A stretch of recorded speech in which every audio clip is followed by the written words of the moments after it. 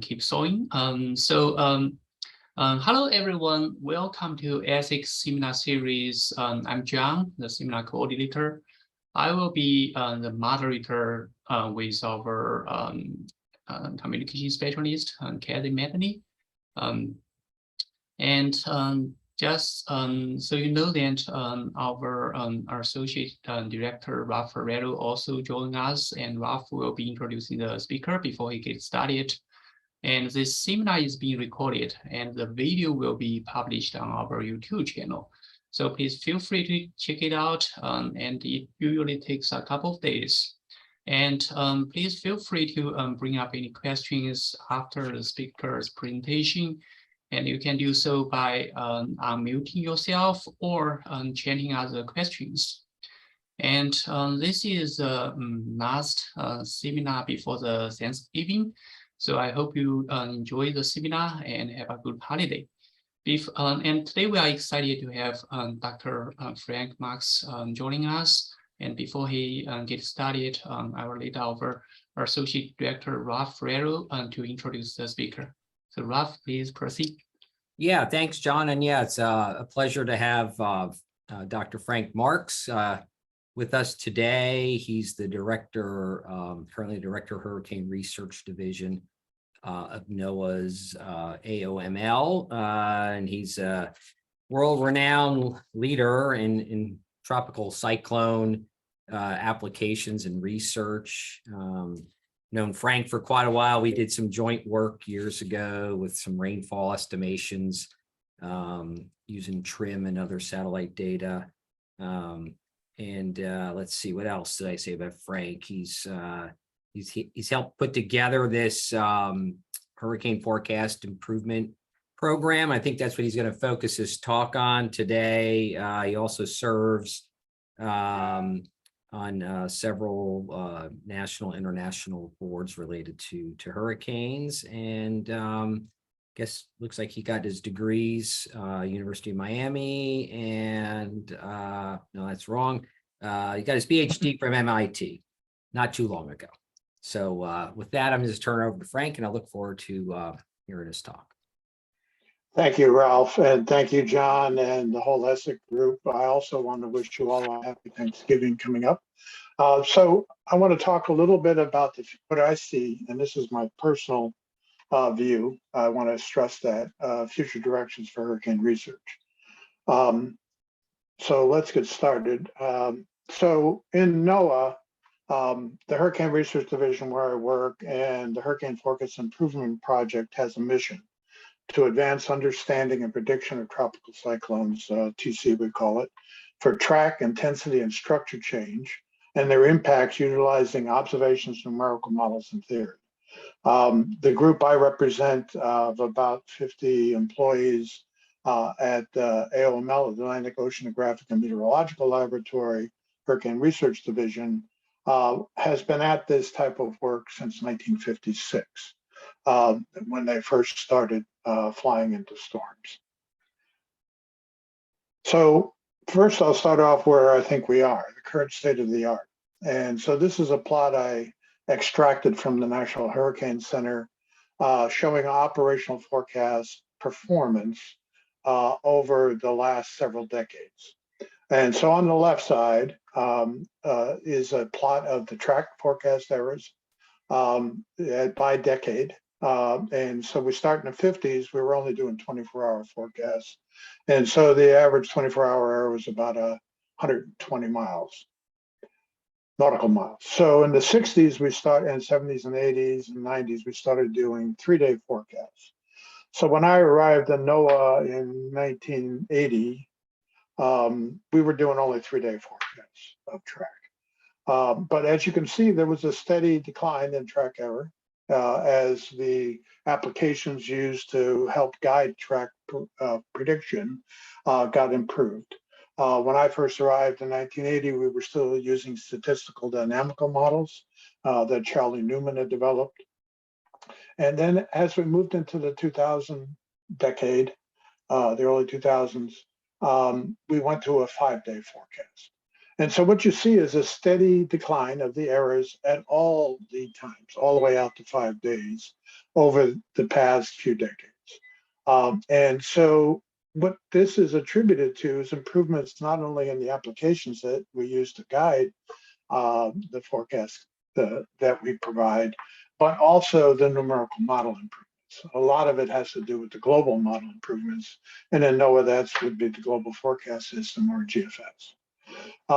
There's a slightly different picture on the right side, which is looking at the peak intensity of the storm or the maximum wind. And so the mean absolute error of that, you can see by decades, we didn't do intensity guidance or predictions until the 70s, mainly because we didn't have a lot of good characterization of that intensity and the intensity change.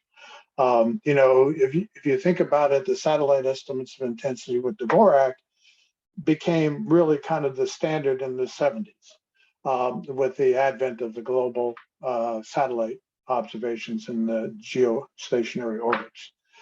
So what you see is the intensity forecasts were pretty stagnant and pretty consistent all the way until about 2000. And we used to make an argument, we focused on track originally, but then we used to make an argument, well, intensity is a lot harder, there's a lot more factors going into it. And of course, the numerical modeling was not really that good in the 80s and 90s of tropical cyclones at high resolution to get at the peak wind. But what you notice is after 2000, or actually after 2009, in the 10 and 20, 10s and 20s, there's been a rapid drop in the intensity forecast there. And a lot of that has to do with the program that I'm going to talk a little bit about called the Hurricane Forecast Improvement Program, or HFIP, which began its life in 2009. So we're about the 14th, just starting the 14th year of HFIP. And these dramatic changes in the forecast error are reflecting dramatic improvements in the numerical model. So next, I want to talk a little bit about HFIP. Well, how did we get there first? I call these the three pillars of our understanding and prediction of TCs, or tropical cyclones. On the left, we have the observations. They're critical. They go into the modeling, into the analysis systems, which provide the initial conditions for the numerical models. These observations also are used in terms of developing observing strategies to better increase our ability to forecast through the data assimilation system. So in a way, these three pillars are holding up our ability to understand and predict the tropical cyclone. And now the impacts. We're looking at impacts. On the right side, you'll see a numerical prediction from HWRF, the Hurricane Weather and Research and Forecasting System, for ELSA in 2021. And on the bottom part of the right side, you'll see a product that was developed under HFIP to look at the impacts. And this is the time of arrival, most likely time of arrival plot that comes from our wind speed probabilities. So this is how we made our progress. And like I said, it's related to the Hurricane Forecast Improvement Program, or HFIP, which has been a unified approach to guide and accelerate forecast improvements since 2008.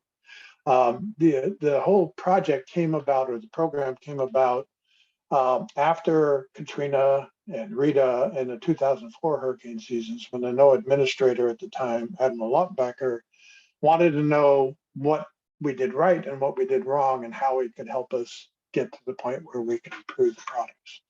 So he tasked the Science Advisory Board of NOAA to put together a working group to kind of come up with a roadmap, list of recommendations that NOAA has to address to improve the guidance for intensity prediction. And so they did that. The Hurricane Forecast Improvement Program was a direct response to those recommendations. And as I said, we've been carrying on for about 14 years now. The latest update to that is in 2017, the 2017 Weather Research and Forecasting Improvement Act was passed by Congress, and it instructed NOAA to continue the Hurricane Forecast Improvement Program, and it gave us three specific goals. They wanted us to improve the prediction of rapid intensification and track. They wanted us to improve forecasts and communication of storm hazards, and they wanted us to incorporate risk communication research to create more effective products. So this was, in my mind, a shift from just basic physical science and modeling and data assimilation improvements to, okay, we're making progress. How do we communicate uncertainty, and how do we look at our risk communication issues? So we had to come up with a bunch of new strategies, which I'll talk about, that are ongoing and in progress right at the moment. So the next step, of course, is the challenge of hurricane intensity, and particularly rapid intensification. As many of you know, the hurricane is a large, long-lived mesoscale to synoptic scale phenomena. They can last up to 2 weeks to 3 weeks. And so they have a big impact, not only on the land and the environment, but they also have a big impact on the global forecast system. Because as they progress, they're there long enough and give a signal strong enough that the global system reacts to. But on the flip side of that, coming down into the vortex scale, there's a lot of processes that have to be characterized and put into numerical models to best guide the progress of the forecast guidance. So we need to know about convection. We need to know about the planetary boundary layer. We need to know about microphysics and radiative interactions. We need to know about air-sea interaction and the processes in the upper ocean that guide that air-sea interaction processes. And then, of course, down to the turbulence scales, the sea spray and the waves and the disturbances that go on in the ocean that drive the mixing processes. So there's a tremendous amount of observing and characterizing that has to be done. And so that's been a goal of almost everything we've done in the last 10 or 12 years. Not only those observations, but getting those observations into a state where they could be used in numerical models, in data assimilation, and used for situation awareness. And so I'll go through a couple of those just to give you an idea of where we're at and how we're using these different tools. So since 2005, AOML and the Hurricane Research Division has been pursuing something we call the intensity forecast experiment. In the last year or so, we published an update. We've been doing updates every 5 years. We published an update where we decided that with the gains we've been making in intensity forecasts and with the goals specified by the Weather Act, we needed to expand our horizons from just looking at intensity to advancing the prediction of everything, all the hazards. So we've revised our intensity forecast experiment, or IFEX goals, to AFEX, or Advancing Prediction of Hurricanes experiment. And we have 3 main goals. The first one is an operational one: collect observations over the tropical cyclone life cycle. And to do that, we'll go out as early as we can to get into the storm and start collecting observations that can get into the numerical models and can be used by the Hurricane Center. A good example from this past season was Hurricane Earl, where we flew that depression for 5 days before it became a tropical storm. Starting in the mid-Atlantic at about 45 west was our first mission, and we ended up with our last mission just before it went past Bermuda. So we flew, I think it was 18 missions in 12 days. But the whole idea is to collect observations at least once a day, but usually twice a day, throughout the life cycle of the storm so that we can improve the products. Obviously, that also gives us an ability to characterize these weaker systems better, because prior to IFEX, we were focused more on mature hurricane observations. And now we're expanding our goals and objectives to look at the whole life cycle from genesis on. And then the second goal of AFEX is to develop measurement technology to improve situation awareness. And so types of observation technologies that we're talking about, there's a long history of them from the dropsondes that we put out from the P3s and the G4 aircraft we have, to the tail Doppler radar we fly in the plane, to the step frequency microwave radiometer, and now to some new tools that I'll talk a little bit about when I get down to that part of my talk. And our third goal, this one is also a big research goal, is to improve our understanding of physical processes affecting tropical cyclone formation, TC intensity change, structure, and associated hazards. So when you do understand it, you need to characterize the best you can what you can observe, and then look at it in the numerical models, which are trying to simulate everything, and see how well there's fidelity between the models and the ops. And that really allows us, as the numerical models have gotten better, another tool to help us better understand and predict the tropical cyclone evolution. So the tools that I'm most familiar with and have used over my career are NOAA's two P3s up in the upper left here, and we have a NOAA G4 and 49 RF. And so these two aircraft are the basis of a lot of our research and now are observing for operational support. And just for those who are interested, Jim Henson did allow us to name them and to put on nose art. The two P3s are Kermit and Miss Piggy, and the G4 is Gonzo. So how do we sample a storm? And one thing I want to point out, I'm going to share this talk. There are a lot of links in here that'll take you to places where you can get more information beyond my talk, and I promise I'd share the presentation with anyone who's interested. So the tropical cyclone, as I said, is a multi-scale, process, atmospheric system. And so we are sampling the best we can to get observations of different aspects of the storm.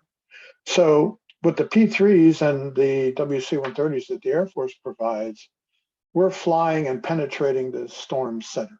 And we're trying to map out its structure, get an estimate of the peak wind using all the observing technologies we have. And so as you can see, we're down at the bottom of the storm. The storm, this is about 10 miles in altitude, where the G4 is flying up at that altitude, 40 to 45,000 feet, higher than 10 miles.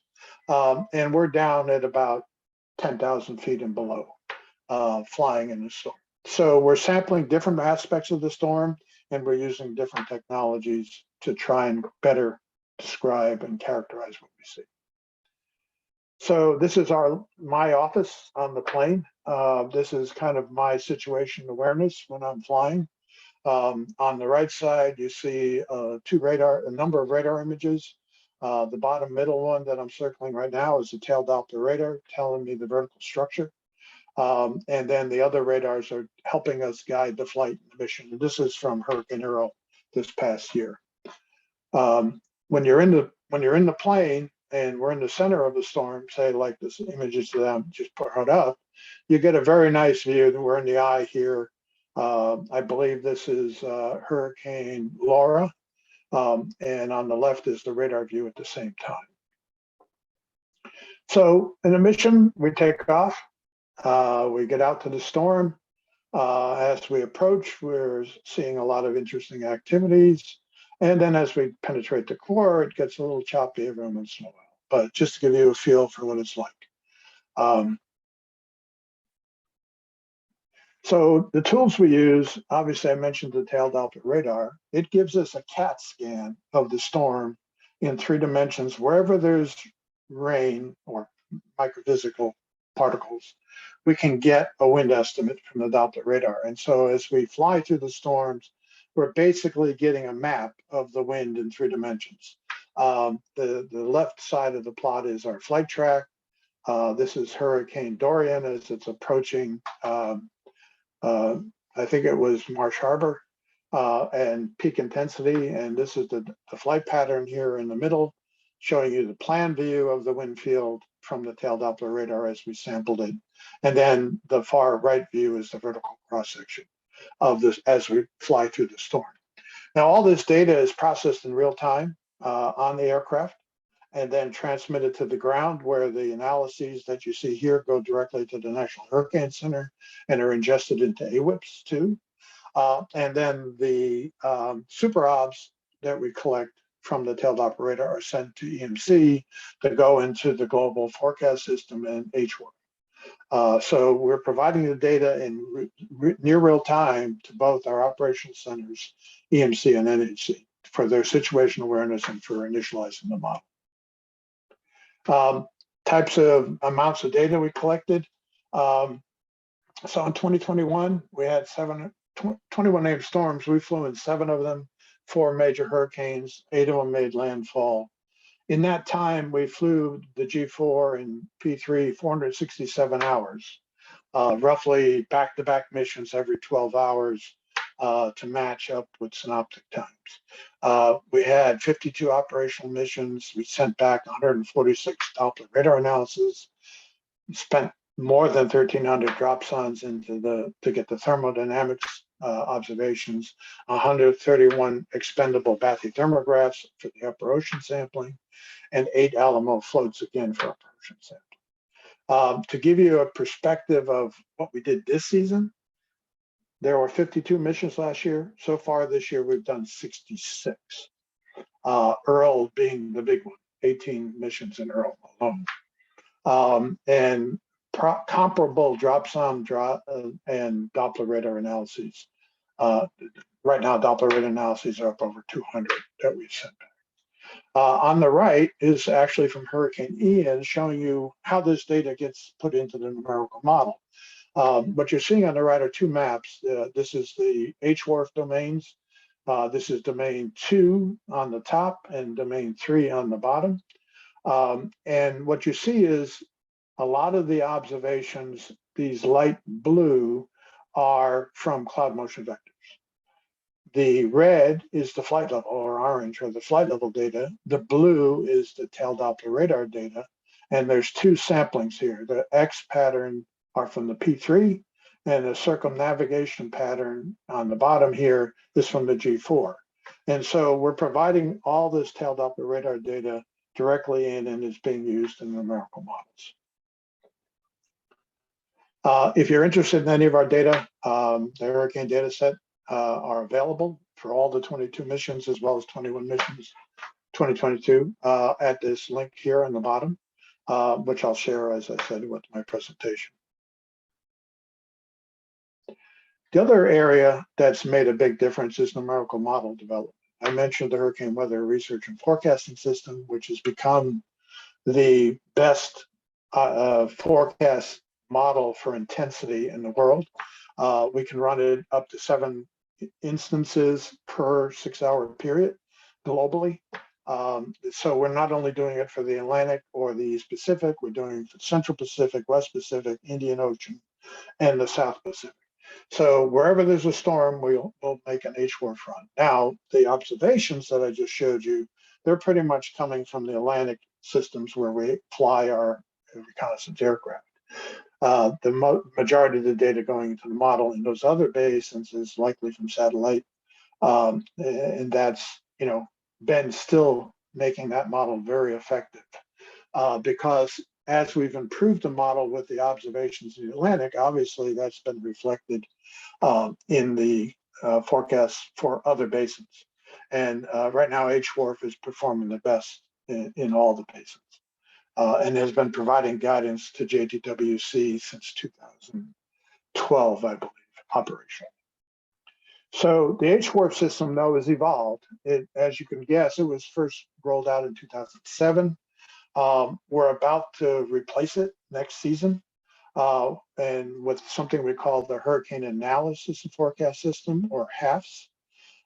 We've been running HAFS in a semi-real-time mode every season now for the past 4 seasons. And we're about finishing up the evaluation of that model with the Hurricane Center to replace HWORF and also the other hurricane model, HMOD. And so we're going to have 2 versions of HAFS, hopefully starting next season, to provide the guidance that the Hurricane Center needs. I can tell you right now that that model has been performing as well, if not better, than HWORF. Certainly for track and for intensity, it's as good as, if not a little better, in a number of ways. Where are we going? Well, HAFS is basically right now what we're going to implement is something that looks like HWORF, but it's using what NOAA calls the Unified Forecast System Dynamic Core, which is based on the finite volume cube sphere model that GFDL developed. So what we've done is we've added moving nests, we've added the ability to do multiple moving nests, and we're even testing now a basin scale version with multiple moving nests in it that we tested this year for the first time. But our ultimate goal is to have the moving nest in the global system, where the global system on the right here is a finite volume cube sphere.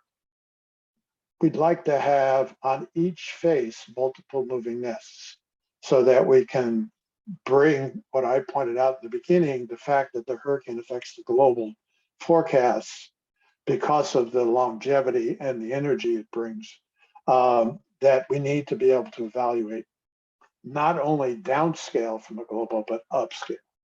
And so that's our ultimate goal.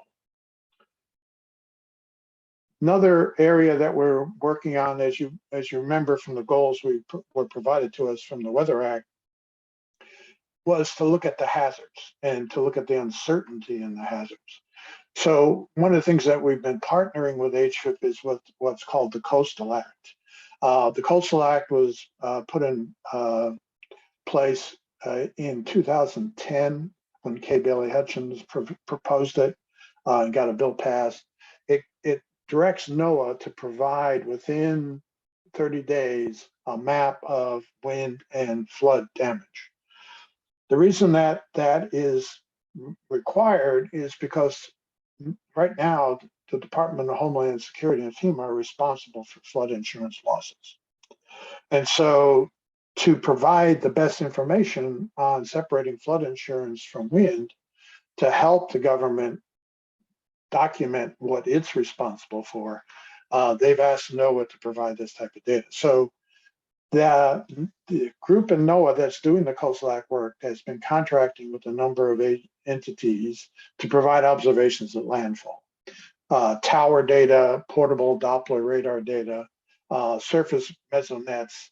And so what we're trying to do is link our observations from the aircraft over water to these type of assets over land so that we can understand and characterize better how the storm structure evolves as it goes ashore and how best to characterize things like hazards like wind and wind gusts, rainfall, severe weather, tornadoes that are often present in landfalling storms, as well as storm surge. So these are our goals. And so we're linking together the data. This is from Hurricane Ida, where we flew the P3 right over the area where these observations were being taken and provide Doppler radar maps to go with these data so that we can start looking at how to characterize that evolution at that coastal interface. Another area of emerging research is, I mentioned our goal number 2, which is to develop and test and evaluate new observing technologies that can better improve our situation awareness and provide data to initialize the numerical models. And so a couple of those are shown here. The sail drone is one that we've been using for the last 2 seasons. We've had a number of them available to us in the contract through the Pacific Marine Environmental Laboratory, our partner at AOML, to collect these observations. Sail drone was actually interested in these observations because they kept losing their platforms in high wind situations and typhoons, and they wanted to test out a new sail. And so last season was the first time we tested it, and they were able to get into Hurricane Sam, direct it right into Hurricane Sam's eye. The other tools that we've been looking at are drones, unmanned aerial systems. We deployed one in Hurricane Ian this past season. Dropsons, obviously, floats and drifters, and then now gliders. These are robots that profile up and down 4 or 5 times a day over a fixed domain, providing us a characterization of the ocean evolution. So the combination of those are all being tested and evaluated. And I want to show you what it looks like to actually be on a sail drone in a hurricane. This is actually from Hurricane Sam. You can also get a view of what it was like in Hurricane Fiona. Sam, they were very fortunate that the sail drone survived intact. In the Fiona interaction, they lost the wind vane. So they had to limp into Bermuda to get repaired. But these are very hardy devices, both the drones and the sail drones and the gliders, and have been providing unbelievable data for us to use to look at this ARC interface. It's going to be a phenomenal opportunity for us to improve how we characterize these numerical models. Other areas of emerging research, obviously, machine learning. We have a number of projects that have been looking at machine learning, everything from the neural nets to the random forest and the K classifiers, different types of approaches. Well, the one I'm showing happens to look at the RI predictors. And so we have probably 2 or 3 of these right now that are looking at the rapid intensification issue. And there's a number of them where we're combining satellite and radar data together because we don't always have the radar data, the tail Doppler radar data. If we can train the 2 together, we can get better estimates of the wind structure from a satellite image, whether it be microwave or geostationary. So we're trying to push every button we can to improve our ability to characterize what's going on out there for the hurricane special. Another area that's been fascinating to me is looking at social and behavioral and economic science and linking it to the physical science. Thanks to the hurricane supplementals that have been the government's been providing over the last 3 or 4 years, we've been investing to look at that communication of risk in a number of projects that are looking at how we know it's communication and how people use that information. We have 4 projects that were totally interlinked to look at, different aspects of that problem. So there's minding the gap and wait to forecast change. So in each case, we're applying things like mining Twitter feeds and looking at how that data is being used, or we're polling people as a storm is approaching, starting 3 or 4 days ahead of time in areas that we suspect are going to be impacted to see how people are viewing their risk situation and as it changes. A good example would be Hurricane Ian. But we've done Henri, we've done Irma, we've done Harvey and Michael, so that we have a number of data sets about how people assess the risk. And so the nice thing about all these projects, now that they're wrapping up, is that we can do something called triangulation. How do we combine the information in different ways from these 4 different projects to get recommendations for us to utilize in improving our product suite? And so we've been looking at these different aspects and trying to map the projects together, translate the project findings to transition opportunities. And then we're working within the Weather Service's Tropical Roadmap team to kind of identify potential target products or changes to products that we can then test and evaluate and update. And so we're setting up this loop where we're taking the social behavioral economic science, and then we're trying to translate it into something that we can use the physical science to provide guidance. And it's a fascinating process that's just, coming to fruition right now. Matter of fact, we had our HFIP annual workshop 2 weeks ago where we were briefed out on all of this new information. And so we had a combination of social, behavioral, and economic science talks together with physical science talks. So first one is that they came up with people use and benefit from probabilistic information when making decisions.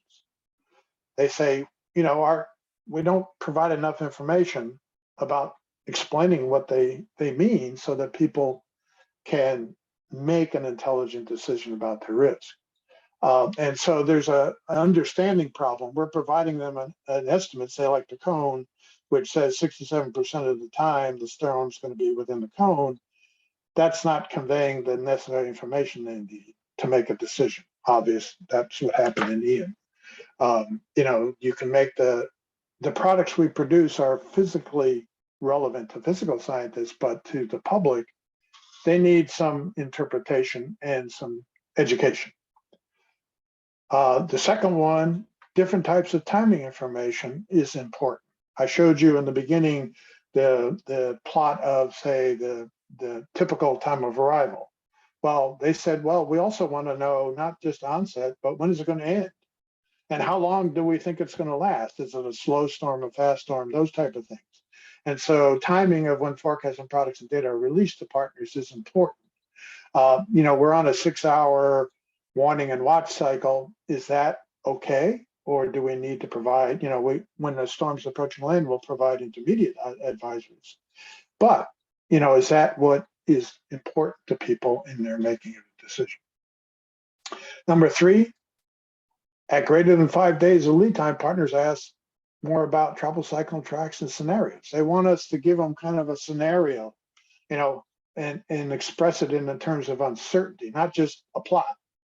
But give us, again, that goes back to number 1, which is training and providing education and training on what those products mean, and how confident or uncertainty is viewed in these scenarios. A good example would be Hurricane Ian. Yes, the track guidance and the track product and the cone suggested it was going to hit near Tampa area, yet there was a significant probability that it might hit Fort Myers. Did we ever express in a scenario, well, there's a 10% chance it could be a major event in Fort Myers or something like that? That's an example of how you might start building scenarios and giving people what ifs to think about in their decision. 4, the tropical products area should be evaluated as a suite, not just as individual products, and use the social impact, the guidance for getting back. So one of the things we're actually talking about is starting to collect that data in real time so that we get an idea of how people are tracking the information, how they're using it, instead of looking at it after the fact. So to me, those are kind of the real exciting new areas of where we're going. I want to close, though, with talking about what I think is the future research team. You heard a lot about how HFIP has built these different aspects to address the hurricane problem. The one thing I see in the future, though, is I don't know about many people here, but I get hammered.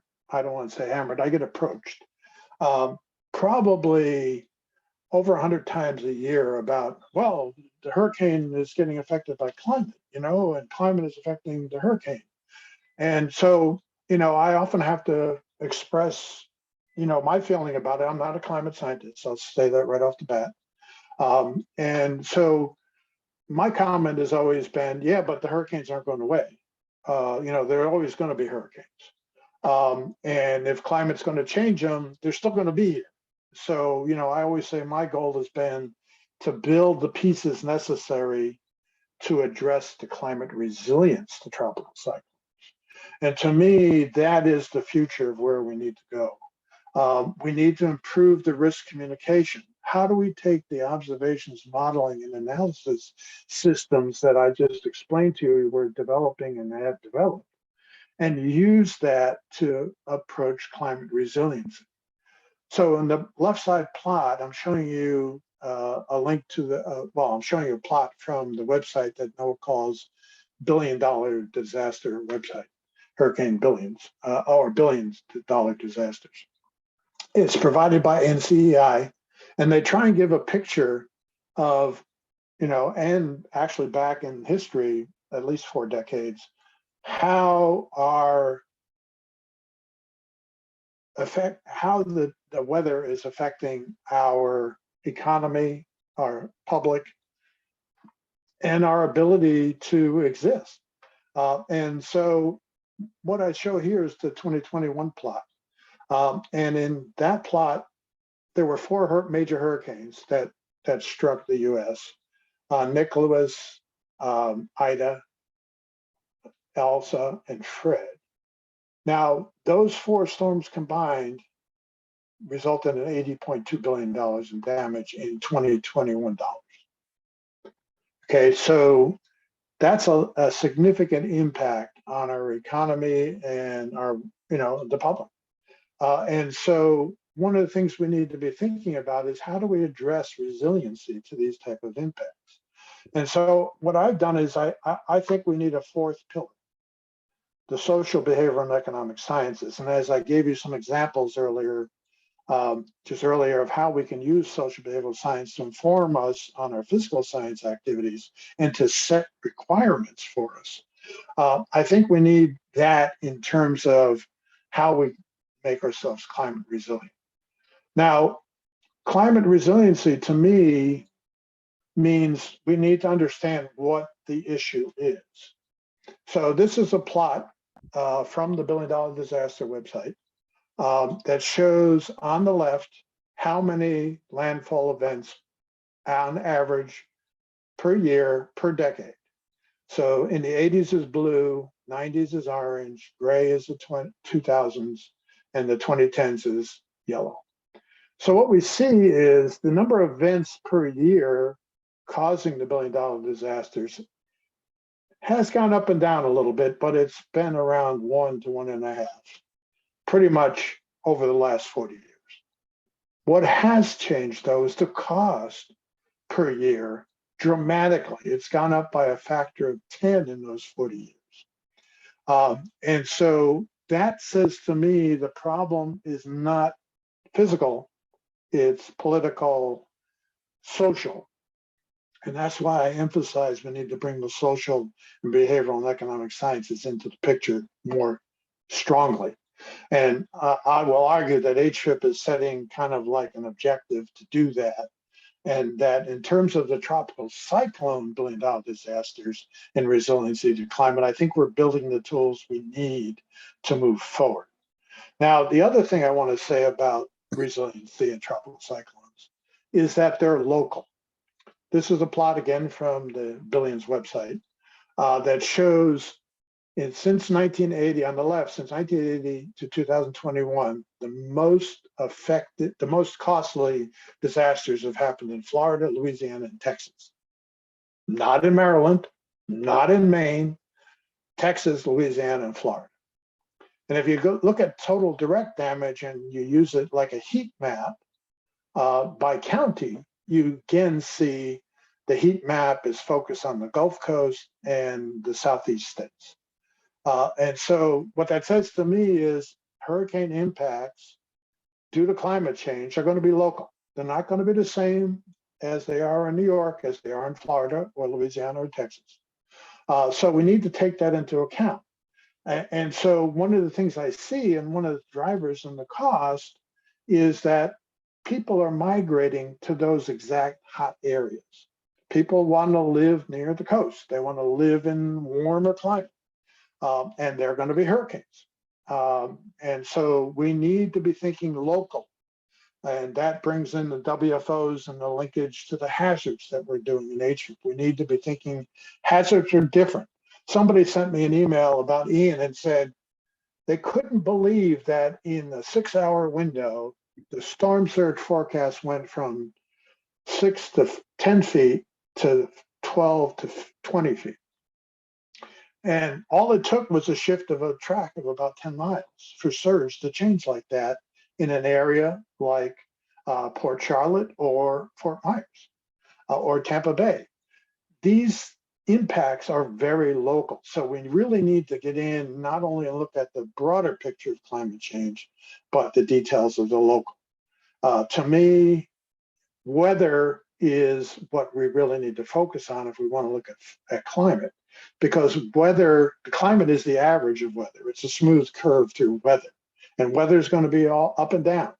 And so not only that, but we need to look at the local impacts. So future research themes, I think interdisciplinary partnerships and collaborations are going to be essential. The U.S. Climate Resiliency Toolkit that NOAA put together is a start. University of Miami has a Resiliency Academy that's looking at combining human and social health, infrastructure and environment, economic development, and looking at the climate change and impacts and related stresses. We need to bring physical research, science research to bear on issues related to resiliency. In the case of NOAA, we have this U.S. climate resiliency toolkit that's being put together. It's a series of tools that allow you to start addressing the problem. It is lacking, I think, a lot of depth right at the moment, but the pieces are coming together. And this is an area I think we need to focus on if we're going to survive the next 40 years with climate change, especially for tropical cyclones. Future research themes I see: stakeholder needs, climate risk assessment and resiliency, storm scale, high resolution reanalysis with global reanalysis. How do we link the global to the local? Storm surge and inland flooding uncertainty, catastrophic risk models, insurance and reinsurance industries are all stakeholders in this. The federal, state, and local climate resiliency efforts. Each city now, Miami Beach is putting up seawalls, and they're talking about putting up in Galveston Bay, talking about putting up barriers across the mouth of Galveston Bay. There's all sorts of technologies being talked about, but I don't think we're getting to the underlying issues, and we need to start connecting the dots. Research capability, I think NOAA has a lot of it available to us, and as does the research community in general. Expertise in seasonal to subseasonal research and guidance. Expertise in both data science modeling and data assimilation. We have expertise in high resolution modeling and data assimilation systems. And we have greater than 40 years of field program data, ocean and satellite observations to use. So I think, there's a lot of pieces here, but I think this is where we need to go, and we need to go now towards that. I'm not saying that I'm going to change ALML and Hurricane Research Division's goals. I want to augment it and build upon those to start addressing this as the future research. So with that, I'll end and ask for questions, and I thank you for your attention. Thanks, Dr. Marks. If you have any questions at this time, you can go ahead and unmute yourself here and ask it, or raise your hand or post it in the chat. Oh, there is a question in the chat. Dev Nyoji, did you want me to unmute you, or should I read that question out loud? Yeah, unmute Dev. I'd like to talk with Dev. Oh, he's got his hand up. Happy Thanksgiving, Frank, and thank you. Happy Thanksgiving, Dev. Glad to talk to you. Learn. So 2 questions, one on your slide 3, where you show the 72-hour intensity error is lower than 48. So the question is, was it serendipity? Was it something more in the dynamics that the model is able to capture? And the second, so maybe I'll take that one first, and then I'll go to the second one. Okay, so I would say that's serendipitous. Typically, that's not the case, but what it tells you is that there's a limit on intensity, I think, that, storms can't intensify or get that strong. Now, I would caveat that with the fact that we have rapid intensification, which, by the way, I always say intensity, you got to be careful. Intensity is a continuum, and calling out something like rapid intensification, you need to know the definition. That's the upper 5 percentile of intensity change, but it's a continuum. I always say to students when they ask, talk about intensity, I say, what's the difference between Cat 1 and Cat 2? And they kind of scratch their head, and I say it's 1 mile an hour. Okay, so I would say what you're seeing there, Deb, is there's a leveling off of the intensity error, and that those little ripples are probably just, due to serendipitous events, one being a little higher or lower. Okay, so we shouldn't read too much in that. Thank you. Now, the question I would preface by saying that, we have focused a lot on land and how inland processes will be affecting. As we now shift our attention to inland effects, we are looking at cities where we have the infrastructure and people. So if we were to make a focus on cities and the hurricane, what should be a way that we start developing our science or the infrastructure or even the framework to start making that available at something that small a spatial scale? That's a very great question. And so to me, this comes back to some of those findings from the social behavioral economic science research. What would be the scenarios? How would the uncertainty change as a storm approaches a Houston or a Miami? how would your narrative change, say, from it hitting somewhere in coastal Louisiana, not near any major city? And I think each city is going to have a different nuance to that. For example, New Orleans below sea level, Miami Beach, you got sea level issues. But say Houston, very far inland, but it's got Galveston Bay and everything. I think this is going to have to be a nuance and look at the scenarios and how we deal with that, Dev. So one of the things I think has to happen, and we have to better characterize how that uncertainty looks. In other words, using something like large eddy simulation models maybe, or looking at the nuances of flooding potential, coastal barriers, and the storm surge team is already doing some of that. But then how do we communicate those nuances? Say there's a 10% chance Houston's going to get hit. What do we say to people? What are the messages? We know each city and each weather forecast office county warning area has these nuances embedded. And I don't think we can drive it from the national perspective. I think we need to look at the local perspective more. Does that help? Absolutely. Thank you. It's a conversation. Thank you. So Other questions? Like I said, there's no dumb questions, only dumb answers. And I'm hoping I'm not doing both. Jung-Hoon Shin has had a question in the chat. Jung-Hoon, you can go ahead and unmute yourself. Can you hear me? Yes. Yes. Hello, Frank. Excellent presentation. I'm Jung-Hoon at Hubsteam EMC. I have one quick question of the HRD's drop-down data accuracy. As far as I understand, the accuracy of the drop-down data is You're less. breaking up. Can you hear me? Jung-Hoon, you're breaking up. Yeah, but you're choppy. How about right now? Good. Still break. Okay. I have one question about the HRD's drop-down data accuracy. As far as I understand, the accuracy of the drop-down data is less than 5% for relative humidity, and less than 0.2 Celsius for temperature, and less than 1 hectopascal for pressure. Is this correct? That's the advertised vice law numbers. Any given drops on, there's always instrument issues that you have to worry about, but we try and do the best job we can to quality control those zones. Okay, thank you. Yeah, now, John, you have to realize that an observation is an estimate, okay? Just like a model is an estimate. And so in the case of a dropsonde, it's trying to give you a characterization of the vertical temperature, humidity, pressure, and wind profile from the aircraft to the surface. And that's over a time window, depending on where it's dropped, from say 7-8 minutes to maybe 40 minutes if it's from a G4. Now, in that same time frame, just like with an up Raywin sonde, this dropsonde is moving. And if you drop it in the core of a hurricane, it can go almost all the way around in that time frame. So, while you look at the absolute accuracies that you just quoted, which are probably as close as we can get to what the capability of the sonde is, how it moves through the atmosphere and the air it samples is going to be different every drop. Right. In the core region, the range humidity will be high, and our region will be lower, right? Something like that, right? Well, I wouldn't say that. I'm just saying that the air it's going to sample is very different as it falls, because as it falls, it's moving. And it's therefore seeing different aspects of the storm structure. Yes. Okay. Got it. Thank you. Sure.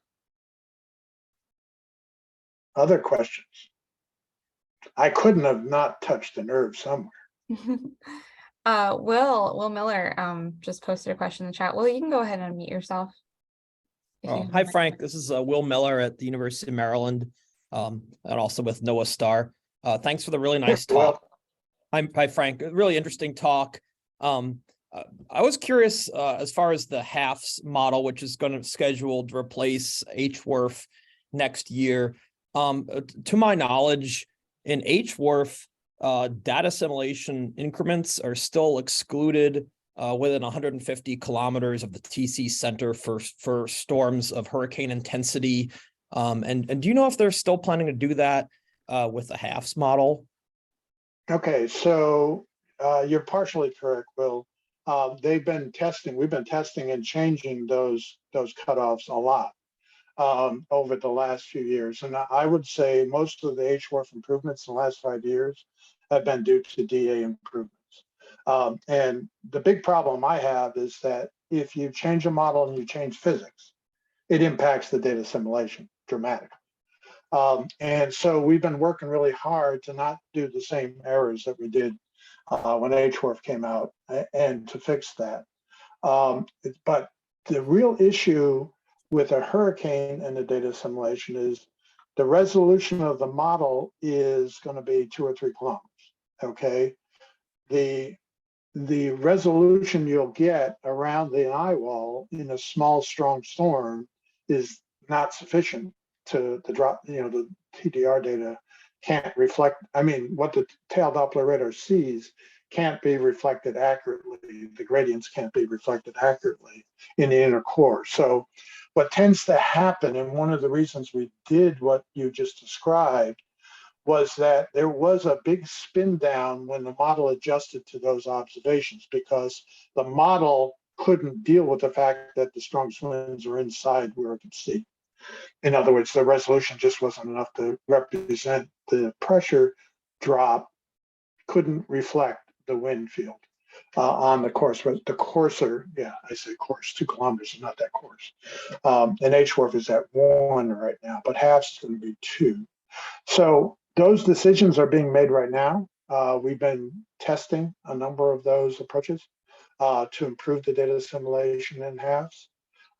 And so one of the things that's been, as I mentioned, HAFS so far has been phenomenal on track relative to HWRF. It's been comparable to GFS, which is a big plus. That means the storm's going to be in the right place at the right time more often, or the right environment at the right time. Now, I also mentioned that it's competitive with HWRF on intensity. And one of the big reasons is we're still working on the data assimilation aspects of it. And we're not necessarily seeing the same issues we saw with HWRF because we've improved the physics so much, but we're still seeing them. And so those decisions haven't been made. We're testing a lot of different ideas right at the moment. I hope that helps. Thanks. That's really helpful. Thanks, Frank. Oh, no. And Will, you can always send me a note and I'll point you to the right people. And actually, one of the right people is sitting at the University of Maryland is John Potterjoy. Yep. And so I would suggest chatting with John because he's one of the ones who are leading our ideas about how to evolve the HAFS DA. Will do. Thank you.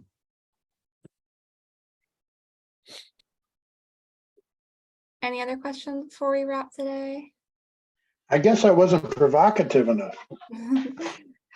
G, go ahead. Hi, Frank. Can you hear me? This is Jia. Hi, Jia. How are you? I haven't heard you since the HFIT workshop. Okay.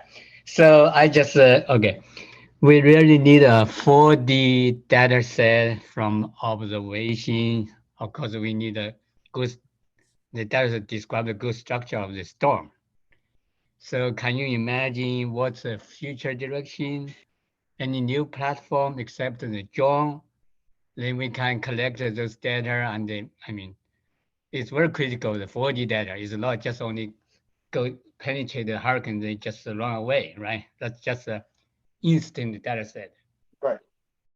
Yeah, and that's been our challenge, Jai. One of the things I would say is that we're lagging on our satellite data assimilation.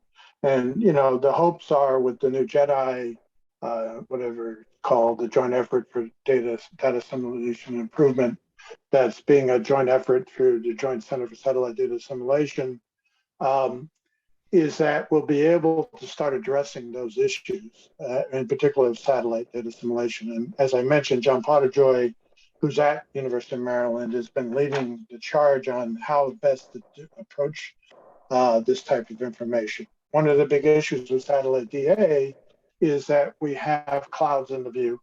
And so unless you have the microwave sensors where you can deal with some of those issues, you still have issues with cloud, cleared versus cloudy radiances that you have to deal with. And I think John's onto something there, and I'm looking forward to him improving that. And so I didn't bring it up as a big push because I know people are already looking at it. But I agree with you. We need better time continuity of the characterization of what we see. Unfortunately, we're still at a 6-hour model interval. And so we did the best we can. So to me, satellites would be number one way, and we need to train them better and learn how to use them better. Number two, NOAA is talking about replacing the aircraft, the P3s, with C-130s. We have C-130s that the Air Force is using, and we're talking right now about what do we need to put on the C-130s. And they're talking about adding more, not just 2, but 4. We have the G550 coming online. That's a new mid-level jet to augment the G4. And then we've been testing small unmanned aerial systems. As I mentioned, we flew one in Ian this past year. It had a 2-hour duration in the turbulent environment of the hurricane. It went right through the eye wall, had winds over 190 miles an hour at 2,000 feet for a good part of that. And it survived for about 2 hours in that environment. So that's a new potential tool that would provide us more continuous jobs even when the P3 leaves. We have a number of other technologies we're testing. There, Windborne Technology is a corporation out in California that's developed balloons that can profile continuously for up to a week. So you can launch them and then they can continue to provide profiles, which could be a background for correcting the satellite DA, that type of thing. Another, of course, is the ocean. We have to initialize the ocean better. We have to understand the ocean. In my opinion, ocean DA is about 5 to 10 years behind atmospheric DA. Hopefully they won't make the same mistakes we did going through the atmospheric DA effort, and that will get much faster caught up with the ocean DA and the characterization of how the ocean evolves. And so to me, those are the type of technology. Oh, and the final one is we're going to be testing something called the stream sonde next year, where they can deploy 8 of them at a time, kind of like think Twister and the Dorothy type, spinning out all these little sondes. Each P3 drop would get 8 sondes out there that would fall either slowly or fast so that we could change the sampling. So technologies are being tested, Jai. And I think the future is ripe. And I agree with you 100%. We need better data coverage in time and space.